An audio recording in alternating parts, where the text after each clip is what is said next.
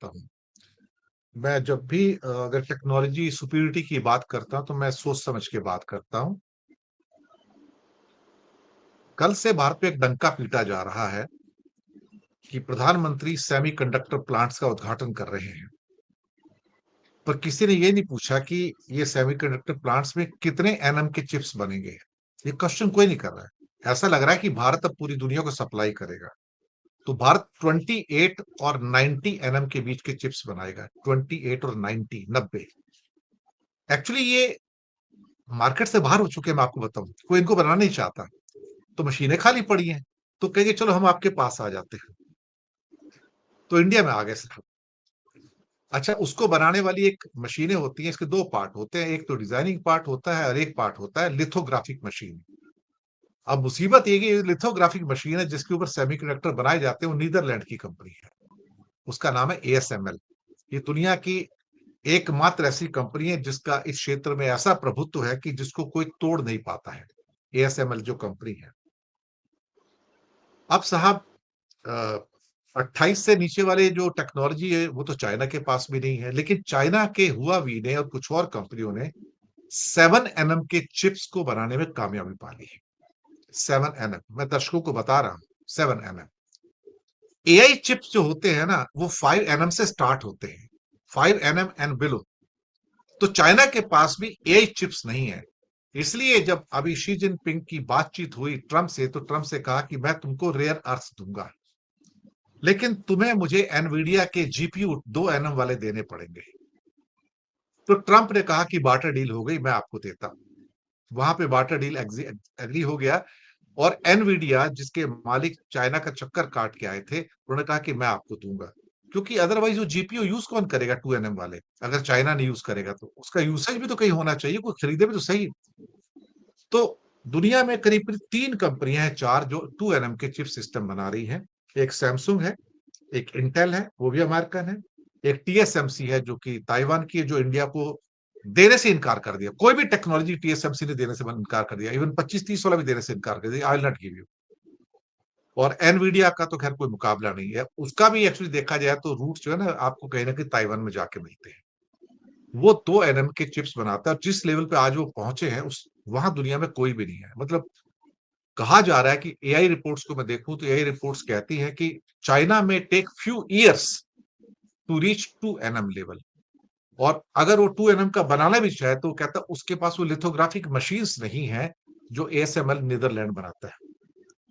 हम तो कहीं भी नहीं है, हम तो 90 वाले भी नहीं बना पाते। हमारे, मैं तो कई बार सोचता हूं हम बना क्या सकते हैं यार? हमारी इतनी ब्रेन पावर क्यों नहीं कि हम कोई मशीन बना सके, हम कोई चिप बना सके, कुछ और बना सके। चीज के लिए हम बाहर से मशीनें मंगाते हैं। जितनी फैक्ट्रियां हैं उसके अंदर जितनी भी मशीनें, ऑटोमोबाइल की मशीनें, इसकी मशीनें, सारी की सारी बाहर से आती हैं। हम एक भी मशीन नहीं पैदा कर पाते हैं। तभी मैं कहता हूं कि अमेरिका के पास कुछ जो टॉप लेवल की जो टेक्नोलॉजी है, और टॉप लेवल की टेक्नोलॉजी चिप्स की है और कुछ नहीं साहब। यही टेक्नोलॉजी आपकी बताऊं, इसी के बेस पे आने वाले 200-300 साल तक दुनिया राज करेगी। और जब तक उसके पास इंटेल है, टीएसएमसी भी वहां जाके प्रोडक्शन करती है अमेरिका में, और एनवीडिया है, तो वो मार नहीं खाएगा। आज से करीब 2.5 साल पहले मैंने अपने प्रोग्राम में एक बात की थी, एक इशू में 2-3 बार मैंने बात की थी, बहुत कम लोगों को याद होगा। मैंने कहा इस दुनिया का सबसे चमकता हुआ सूरज एनवीडिया है। लोगों ने मुझ पे यकीन नहीं किया था। उस टाइम एनवीडिया की जो मार्केट वैल्यू थी, मुश्किल से 100 बिलियन है, उससे भी कम थी मार्केट वैल्यू। और उस समय एप्पल और माइक्रोसॉफ्ट टॉप पे होते थे। और आज देखो कि एकमात्र दुनिया की कंपनी है एनवीडिया जिसका मार्केट वैल्यूएशन $4 ट्रिलियन से ज्यादा है। भारत की पूरी अर्थव्यवस्था से, पूरे भारत से ज्यादा एक कंपनी अमेरिका की। तो ये मैं कहने की कोशिश कर रहा हूं कि चाइना भी अब उससे कई साल दूर है। चाइना को पता है कि मैं एनवीडिया के बिना इनोवेशन नहीं कर सकता हूं, इसलिए चाइना उसको दोस्त बना के रखता है। तो चाइना को टाइम लगेगा वहां तक आने में। प्रफुल्ल कुलकर्णी जी। जी बिल्कुल सही कह रहे हैं आप। सभी को नमस्कार। नसीम सर ने एक बहुत अच्छी बात ये कही लास्ट में कि हम अमेरिका के साथ न तो रह सकते हैं और न उससे अलग हो सकते हैं।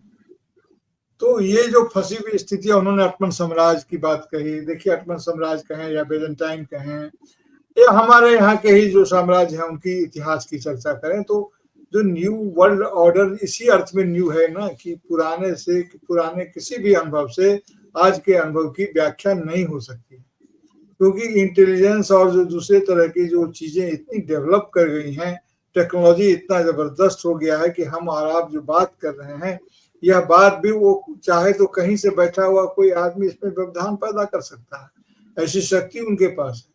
हम जो कोई हमारे घर तक में वो जो है सो हमारे अंतरंग में, अंतःकरण में, कह लीजिए अंतरंग क्षणों में उनका प्रवेश हो चुका है। तो तकनीक का इस्तेमाल जिसको मनुष्य की भलाई के लिए होना था, वो व्यापारिक मुनाफे का माध्यम ही बनकर रह गया है। और जब यह विश्व महाशक्ति, जब इस बात को, जब ये मानवता के मूल्यों से अगर ये तिरोहित हो गए हैं, आज कौन से नैतिक वैल्यू हैं जो इनको रोकते हैं या इनको प्रेरित करते हैं? इनके मन में आज कुछ नहीं है। देखिए, जब महात्मा गांधी राष्ट्रीय आंदोलन कर रहे थे, मैं बस थोड़ा सा प्रसंग किसकी चर्चा कर दूं, तो उस समय में ब्रिटिश एम्पायर के मामले में जरूर उनको ये लगा था कि ये जो महात्मा गांधी या मोहनदास करमचंद गांधी या जिसे वे हाफ नेकेड फकीर ऑफ इंडिया कहते थे, उनको वो एक नैतिक शक्ति के रूप में स्वीकार करते थे और उनकी नैतिक शक्ति को आध्यात्मिकता से जोड़ करके सीधे ईसा मसीह से निर्देशित होने लगते थे कि उनका अपमान करना कहीं न कहीं ईसा मसीह का अपमान करना है, कहीं न कहीं प्रभु का अपमान करना है। तो इतनी जो जबरदस्त नैतिक शक्ति थी, उस नैतिक शक्ति का जबरदस्त क्षरण हुआ है। आज वो मानव मूल्य नहीं रह गए हैं, या नहीं रह गया है कि हम कैसे दूसरे के काम आ सके। आज हमारे यहाँ खास करके हमारे यहाँ की जो राजनीति है, वो राजनीति तो ऐसी हो गई है कि अभी उसका कोई हम कुछ समझ नहीं सकते हैं कि वो क्यों ऐसा कर रहे हैं, और बार बार अपने ही लोगों को अपना दुश्मन बना रहे हैं। जो आंतरिक रूप से अगर हम एक नहीं होंगे तो हम कैसे बाहर लड़ेंगे? इंटेलिजेंसिया हमेशा सदिच्छाओं से पैदा होती है। आप वैज्ञानिकों को देखिए कि उनको, चाहे आइंस्टीन को देखिए, उनकी जीवनी को हम पढ़ें तो उनके मन में किसी के प्रति क्लेश नहीं था, कोई दुश्मनी का भाव नहीं था, कोई प्रतिशोध की भावना नहीं थी। लेकिन हमारे यहाँ बचपन से ही जैसे जो क्षमा करें, जो प्रतिशोधी दिमाग भर में भर दिया गया है, जो प्रतिशोध की स्थिति उत्पन्न कर दी गई है कि हाँ, ऐसा लगता है कि हम लोग एक कंस्पिरेसी थियरी में हमेशा जीते रहते हैं, हमें सामने वाले पर विश्वास नहीं है। हमारे बस स्टैंड पर रेलवे में कहा जाता था किसी अपरिचित वस्तु को न छुएं, अपरिचित लोगों का दिया हुआ न खाएं, अपरिचित से बात न करें। अपने ही देश के लोग, एक ही कानून, एक ही संविधान, एक ही समाज में रहने वाले लोग ऐसे हो गए जिन पर हमको बाहर निकलते ही भरोसा नहीं करना चाहिए। मनुष्य ने भरोसा के नाम पर इतना विकास किया। आप जिस नीदरलैंड की चर्चा कर रहे हैं और जिसकी चर्चा मीडिया के संदर्भ में आपने किया, और ये क्या कि चाइना इस बात को समझ रहा है, लेकिन हमारे यहाँ जो घरेलू, जो डोमेस्टिक कंजम्पशन के लिए इतनी सारी बातें ऐसी कही जाती हैं जिनका कोई सिर पूछ नहीं होता है। इनको लगता है कि हम इस तरह से लोगों को मूर्ख बना सकते हैं। ये मूर्ख बनाने की जो प्रक्रिया है, उसके तहत उसके हम शिकार हुए हैं। आज जब 21वीं सदी में हम अपने लोगों को सिर्फ इस बात पर ठगते हैं कि हमने यह अभियान कर लिया, हमने एक अभियान कर लिया, हम गगन में जा रहे हैं, हम स्पेस में जा रहे हैं, ये हमारी अपनी है। हम ये तक नहीं कहते हैं कि अभी जब जिस ब्रह्मोस की काफी चर्चा हो रही थी, उस ब्रह्मोस की जो है सो इसका आप ही लोगों से सुना है, बाद में मैं इसको कंफर्म किया है कि ये मॉस्को और ब्रह्मपुत्र के से मिले हुए शब्दों से ये बना है ब्रह्मोस। तो ये जो बना है, लेकिन अपने देश में इसका पता नहीं चलने दिया कि इसमें इसको हम अपना देशी बता रहे हैं कि हमने इसको ऐसा किया है, ये हमारा है, हमारे अपने हथियार हैं। तो ये प्योर रशियन है, प्योर रशियन है ये। जी जी जी। तो इसलिए तो हमने तो सिर्फ ब्रह्मपुत्र का नाम दिया, और मस्कवा और ब्रह्मपुत्र मिलकर के शायद ये नामकरण भी हुआ, नामकरण से ही पता चलता है। तो ये जो है सो, अब हम आपको क्या बताएं, आप सब इतने ऊंचे स्तर की बात बोल रहे हैं, लेकिन हमारे यहाँ की जनता तो इस बात से उसको जूझना पड़ रहा है कि वो झटका खाए आकि हलाल खाए। और मंत्री लोग कह रहे हैं, जिन मंत्रियों का काम इस टेरिफ वार में सबसे ज्यादा सचेत होकर के उससे बचने का उपाय करना चाहिए था, वो बोल रहे हैं कि झटका। कार्यक्रम में था, मैंने कहा कि झटका का कोई संस्कृत बता दे, झटका मटन को संस्कृत में क्या कहते हैं, तो मैं मान जाऊंगा कि हाँ भाई उनकी बात सही है। अरे कहाँ, किस सनातन, वो भी बोलते सनातन वालों को चाहिए, किस सनातन की बात कर रहे हैं भाई झटका मीट में? सनातन तो तब हुआ जब बौद्ध धर्म के अहिंसा विचार को इन्होंने अपना लिया। उनका इतिहास देखे ना कि गुप्त काल में कैसे इनका इतना विकास हुआ, तो वो वहां पर प्रवचन दे रहे हैं। हम तो उस पे, हमारे तो यहाँ गणेश जी हो गए, हनुमान जी हो गए, पहले अंतरिक्ष यात्री, ये सब चीजें हमें पढ़ाई जा रही है, ये सब चीजें हमें बताई जा रही है, और हम इनकी मूर्ताओं के शिकार हो रहे हैं। तो हम कहाँ नीदरलैंड की बात सोचें, और हम कहाँ जिसको आप चिप्स की बात बोल रहे थे, हमें तो बना बनाया माल चाहिए। हम तो सूगा हो गए हैं, हम तो जिसकी बोली बोलेगा उसकी बोली बोलेंगे। निश्चित रूप से नसीम साहब ने जो कहा कि हम फंस गए हैं, और अपनी करनी के कारण फंस गए हैं। दुनिया इतनी मूर्ख है। कल तक आप अमेरिका के साथ ये थे और चीन को अपना दुश्मन नंबर 1 बता रहे थे, आज आप चीन के शरण में चले गए हैं, क्योंकि आप समझते हैं कि शरणागति में ही स्वतंत्रता होती है। शरणागति में स्वतंत्रता नहीं होती है। अगर भारत का निर्माण करना है, तो आपको, अगर नेहरू जी जैसे जो विजनरी लीडर थे, उन्हीं से आपने दुश्मनी मोल ले ली। ये तो वही बात थी कि बिना नाक वाले गांव में कोई नाक वाला गया तो उसको हर किसी ने नक्कू कहना शुरू कर दिया, ये नक्कू है, ये नक्कू है। आज तक हम अंबेडकर को ठीक से समझ नहीं पाए हैं। आज भी मैं उनका वो रूपी पर उनका ये सुन रहा था, देख रहा था कि origin of problems and solution, जो रुपया के संदर्भ में उन्होंने लिखा था, जो रिजर्व बैंक का उन्होंने सॉल्यूशन किया था। हम धर्मदान देते हैं, हम अखाड़े के लिए दान देंगे, अब वो भी खत्म हो गया। क्या करते हैं यहाँ लोग? आज भी एक बार हमारे नेता को ये नहीं सालता कि जहाँ लोग हम इतने महंगी यात्रा करते हैं, हमारे लोग आज भी बच्चों को, माँ को, बाप को गोद में लेकर के उनकी लाश को लोग पानी में पार कर रहे हैं। तो मेरे कहने का मतलब ये है कि आपने जो बिल्कुल ठीक कहा, आपने बहुत चुभने वाला सवाल है कि हमारी वो मेधा कहाँ गई, हम में वह मेधा क्यों नहीं आई? क्योंकि हर कदम पर और हर उपाय से, हर आधार पर हमने मेधा का हमेशा तिरस्कार किया है। हमने अपने लोगों का सम्मान नहीं किया है। हम अब तो जाहिर है कि हम वहां पर पिछड़ गए हैं। और आज जो हमारी स्थिति है, नसीम साहब ने बिल्कुल से सहमत हुआ, आपसे भी सर सहमत हूं।